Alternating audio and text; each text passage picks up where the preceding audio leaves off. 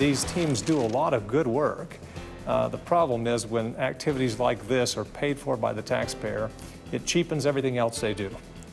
A senator critical of the government program paying for many of the patriotic displays and salutes seen at sporting events. Today in an ABC News exclusive, specific details about the scope of this multi-million-dollar program and how leagues are now responding.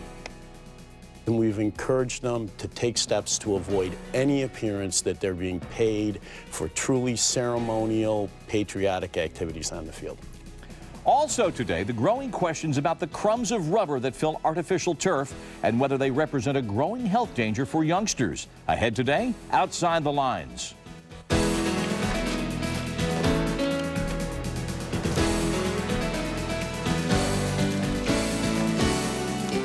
And now, reporting for Outside the Lines, Bob Lee.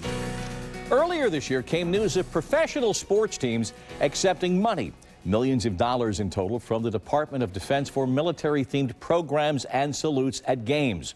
Today in an ABC News exclusive on Outside the Lines, we learn the full extent of these many payments, the contract language, the specific prices and events, and for the first time also how sports leagues are responding to this system, representing, in the words of Senator John McCain on the floor of the Senate, quote, taking an extra buck from American taxpayers.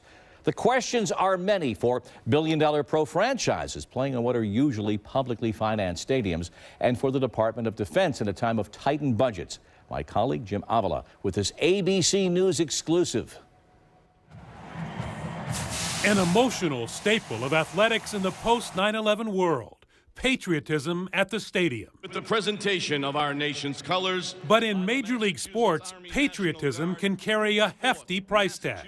ABC News has learned that some of these patriotic displays were not donated by the teams. The Pentagon actually bought the on-field opportunities for military men and women to carry that giant flag at this Buffalo Bills game. Sing the national anthem at the Boston Bruins game. Even throw out the first pitch at 3 Milwaukee Brewers games, or rappel down a rope at center ice to drop the puck at a Minnesota Wild game. These teams do a lot of good work. The problem is when activities like this are paid for by the taxpayer, it cheapens everything else they do. I think there is stuff that they didn't give us. Senator Jeff Flake and his fellow Senator John McCain of Arizona call it paid patriotism. And they've compiled a shopping list of heartwarming on-field acts, and from their own contracts, the price tags. The New York Jets were paid $10,000 for a soldier to be an honorary captain. The Milwaukee Brewers were paid $49,000 for the military to sponsor and sometimes sing God Bless America at every game.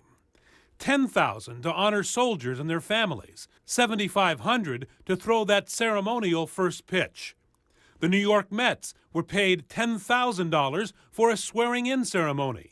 The LA Galaxy were paid $3,400 for an enlistment ceremony. The Charlotte Hornets, $25,000 for a parachute drop. The Dallas Mavericks, $5,000 for their cheerleaders to throw National Guard T-shirts provided by the National Guard. I think honoring our troops as we do in virtually every professional sport is a wonderful thing. But to charge the taxpayers for it in the name of patriotism is disingenuous at best and frankly unacceptable at worst. After what Senator Flake calls paid patriotism in the NFL was first revealed this spring, Congress demanded to see all the contracts between professional sports teams and the Department of Defense. ABC News exclusively obtained those documents, revealing 72 agreements between sports franchises and the military that include specific patriotic moments the leagues received taxpayer money to stage. The leagues and teams deny they charge for patriotic displays, saying these events were instead free add-ons to big marketing contracts. The Milwaukee Brewers, these were simply placeholder amounts. Major League Baseball Commissioner Rob Manfred. These emotional ceremonial first pitches that we see, these great patriotic acts, some of them were in fact paid for by the Pentagon. Is that going to stop? Well, let me be clear about one thing. I've been through these contracts as well. And I know, for example, there are a number of contracts where on-field activations were included at the request of the military organization. And then, in fact, the price was discounted on the deal to avoid there being any appearance that those ceremonial acts were paid for. So I think you need to do more than just read the contracts before you jump to the conclusion that, in fact, there was payment made for a particular activity. So is what the contract says not correct, sir? Because when I'm looking at the contract, it says directly on the contract, Arizona Air National Guard soldier throwing out ceremonial first pitch at home game. It's part of the contract. I'm not saying that there money. aren't contracts that contain that language. I'm saying, for example, I went through 2 contracts, talked to clubs afterwards, and they said, you know, because of the regulations of DOD, we have to value all of these components that the military organizations sought from the club, but then we, in fact, discounted the deal so that we were not receiving payment for those items. And is that the case, too, when the New York Mets, and specifically the New York Mets, say they put an actual price tag on the swearing-in ceremony, $10,000 in the contract? Yeah, in the contract, you have to put a price tag because of the DOD regulations on every single item that's included. I don't think that explanation holds water. We have specific contracts spelling out, $20,000 for a salute to the hometown hero, actually specifying how long something had to be on the Jumbotron. And their response that this is an accounting measure that the Pentagon insisted upon, and that no money is really being paid for heroism recognition. Do you buy that? No, I don't, because some of the contracts have that and some of them don't. So the Pentagon, if they're enforcing that or telling the teams to put a placeholder for this activity, this amount of money, they aren't doing it uniformly. For its part, Major League Baseball says now that the World Series is over, it will review the practice and tell its teams to be crystal clear it's not getting paid for on-field patriotism. Have you talked to the league, to the league ball teams and said, maybe we ought to just give this money back and make it?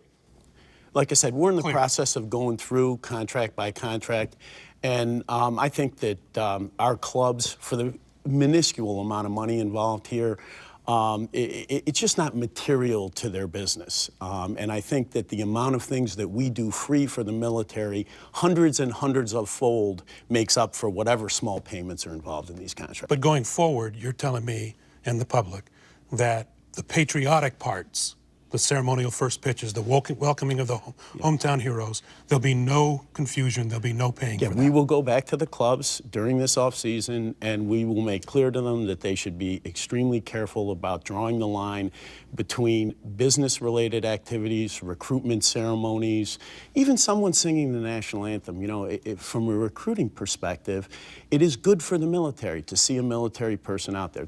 On the one hand, they should draw a line between that and the pure Joe Smith returning veteran. We're going to honor him tonight, and we will be clear about that. We've gone to the clubs and we've encouraged them to take steps to avoid any appearance that they're being paid for truly ceremonial patriotic activities on the field. The NFL declined an opportunity to be interviewed, but did provide this letter to ABC News exclusively. It's addressed to Senators Flake and McCain and promises an independent audit to see if those contracts did include money for hero moments. And if they did, the money will be refunded. The Pentagon told Congress in its own letter it will improve oversight of sports marketing and advertising contracts. That report from Jim Avila of ABC News, who joins me now. All right, Jim, we've seen the actual contracts and the language, the prices that are in there for specific events. Help us get to the bottom of your understanding through your reporting exactly how those prices and who put the prices in the contracts. Well, the contracts were negotiated between the different teams and the Pentagon, and they agreed to put those prices in there.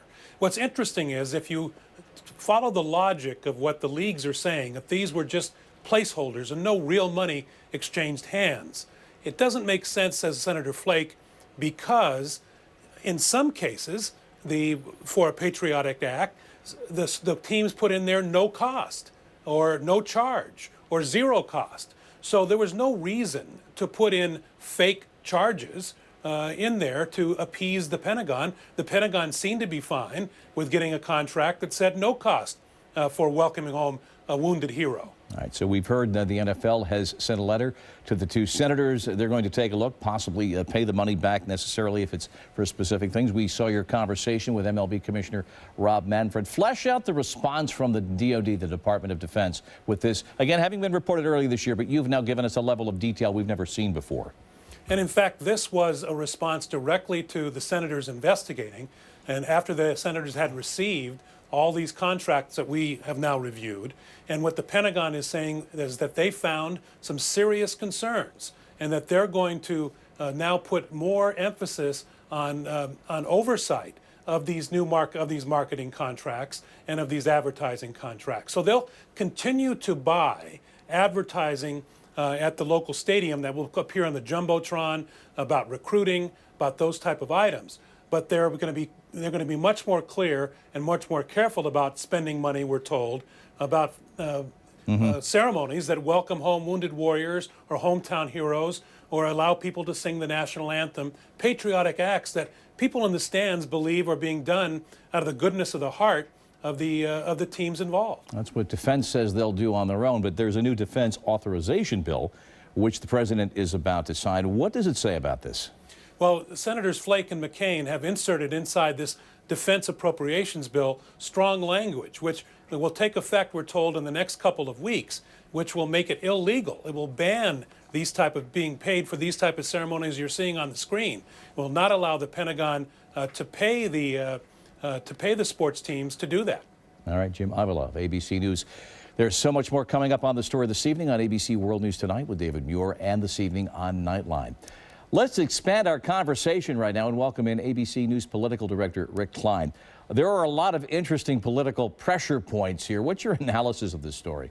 There are three levels of potential outrage here, Bob. On one level, you've got teams paying for something or accepting money for something that everyone thought they were doing for free. Then you have the Defense Department spending taxpayer dollars on something that everyone assumed was free. And in many cases, you have this all happening in taxpayer-funded stadiums. So I think this has got a lot of people awake to what's going on and looking beyond defense spending at exactly what consumers are seeing on the field and how that relates to these relationships, complicated relationships between teams and politicians. It's a game of optics, certainly in the nation's capital. It strikes me that we have seen the MLB folks, for example, the National Football League and the DOD, Department of Defense, when presented with these questions, immediately realizing course corrections are needed.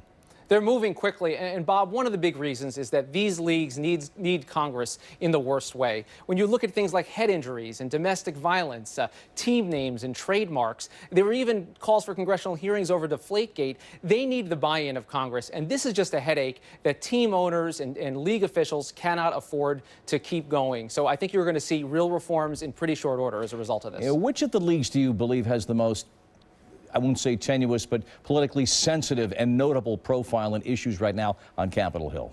There's no question in my mind that it's the NFL. You can't go a week without listening to people talk on the Senate floor about the Washington football team's name or about the domestic violence handling.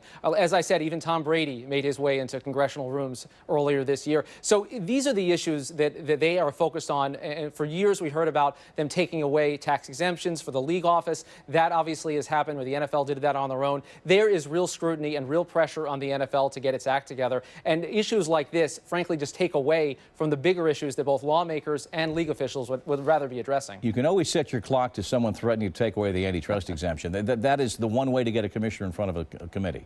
That's right. Historically, it has been, and that's been baseball and the way that lawmakers have taken on baseball in the past. I would presume that continues. But, Bob, there's still an issue here where you have lawmakers who tend to be fans before they are lawmakers when it comes to these leagues. They appear on, they take tickets, they appear in owners' boxes. They know that their fans are also their constituents. So to see this kind of action now with lawmakers taking on the leagues and taking on the teams is something out of the ordinary. So Rob Manfred promising some course corrections for baseball in the offseason. And we saw, of course, the National Football League has responded with their letter. Rick Klein, Political Director for ABC News. Thank you so much. Thanks, Bob.